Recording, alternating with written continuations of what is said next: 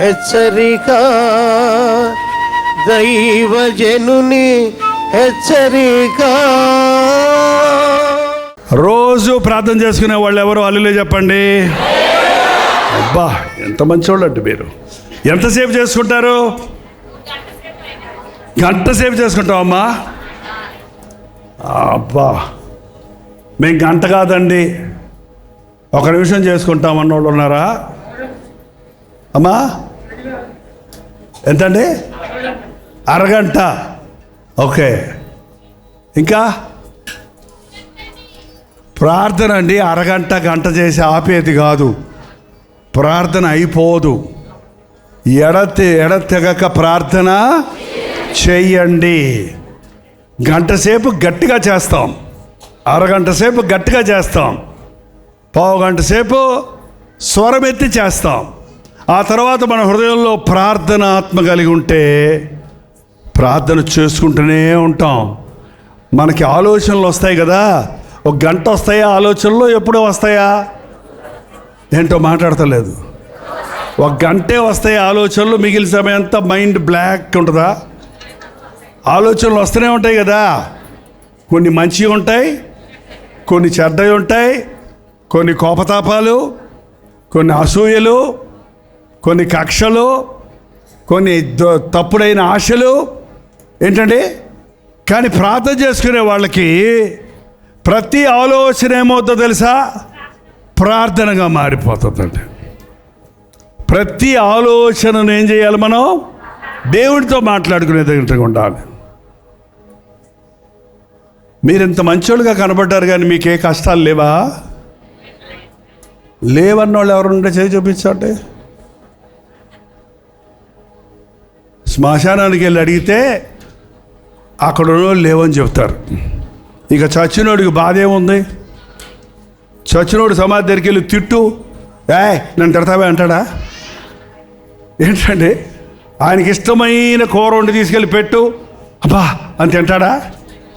ఈ బతుకున్నంత వరకు మనకి కష్టాలు ఉంటాయి. యేసుప్రభుని నమ్ముకుంటే కష్టాలు పోతాయని నమ్ముకున్నాము. కష్టాలు ఉన్నాయంటే అడుగుతుంటారు కొంతమంది. మీరు యేసుప్రభుని నమ్ముకున్నది కష్టాలు పోతాయనా, లేక కష్టాలలో ప్రభువు నాకు తోడు ఉంటాడనా? ఏంటండి? ఉన్నాడా? కరోనా వచ్చిందా మీకు ఎవరికన్నా? చేయి చూపించండి. వచ్చిందా? నాకు కూడా వచ్చింది. వచ్చిందా? చచ్చిపోయామా? వచ్చిన వాళ్ళు చాలామంది ఏమైపోయారు? చచ్చిపోయారు. మనం కరోనా వచ్చినా కూడా దేవుడు తోడై ఉండి స్వస్థపరిచి 4 సంవత్సరాలు 5 సంవత్సరాలు అయిపోయింది. ఇప్పటికీ ఇంకా మనం హాయిగా ఆరోగ్యంగా ఆనందంగా ఉన్నాము.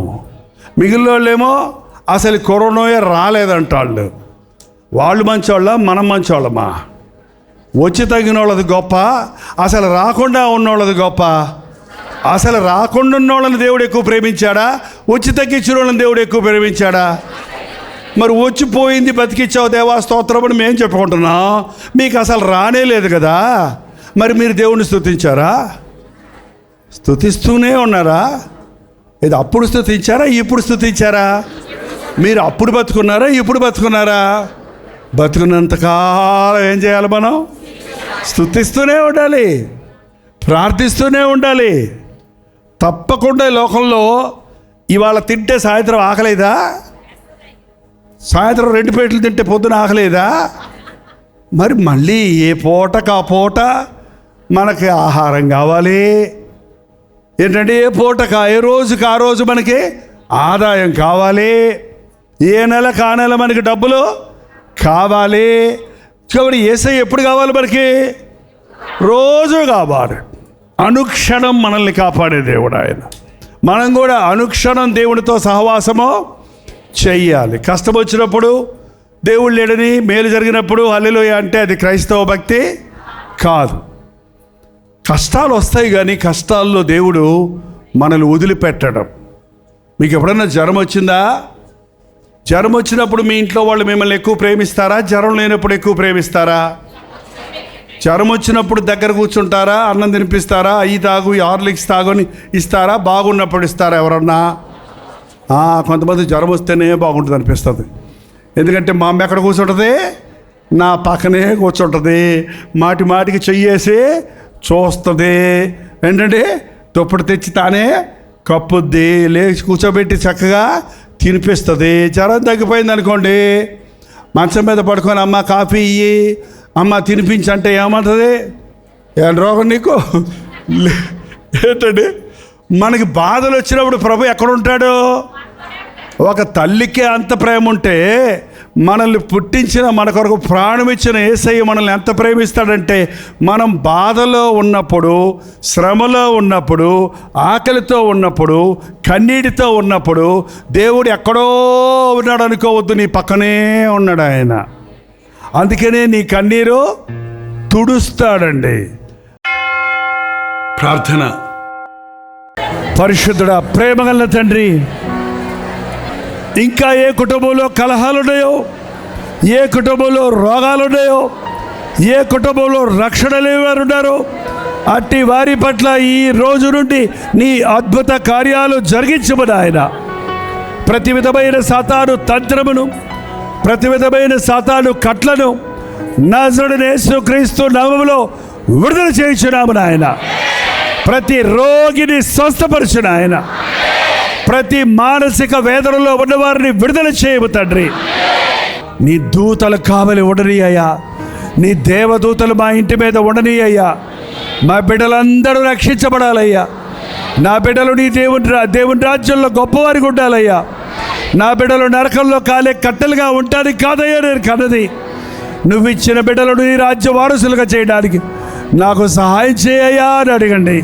ప్రభా, మాకు సహాయం చేయయ్యా. మారని మా బిడ్డల కోసం ప్రార్థించడానికి సహాయం చేయయ్యా. ఇది మొదలుకొని ఈ ఆవరణలోకి వచ్చిన ప్రతి ఒక్కరూ చేయనిదంతా సఫలమవ్వడానికి, ఇది మొదలుకొని నీ ఆశీర్వాదముతో నడవడానికి, కుటుంబాలుగా ప్రభువుని వైపు తిరిగి పరలోకము కొరకు సిద్ధపడడానికి సహాయం చేయము.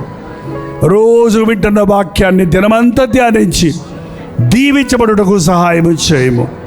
యేసు క్రీస్తు నామములో అడుగుచున్నాను తండ్రి. మన తండ్రి అయిన దేవుని యొక్క ప్రేమయు, కుమారుడైన క్రీస్తు యొక్క కృపయు, ఆదరణకర్త అయిన పరిశుద్ధాత్మ యొక్క సహవాసమును కూడి వచ్చిన మనందరికీ ఇప్పుడును సదాకాలమును తోడై ఉండును గాక. ఆమేన్, ఆమేన్, ఆమేన్.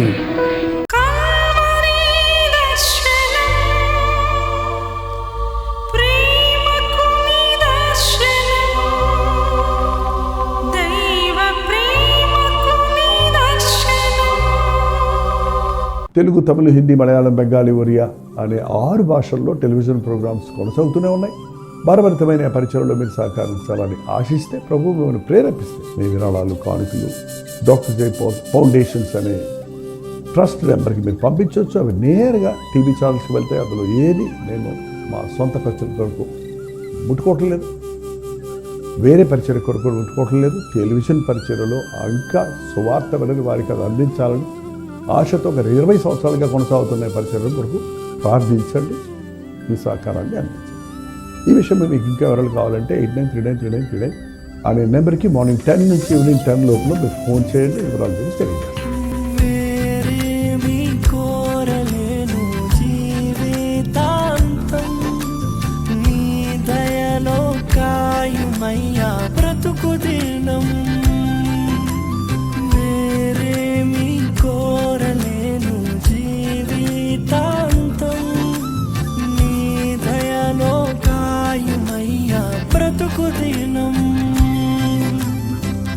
నీలాంటి దైవం ఎవరు విశ్వమున లేనే లేరు. నీలాంటి దైవం ఎవరు విశ్వమున లేనే లేరు. పరమ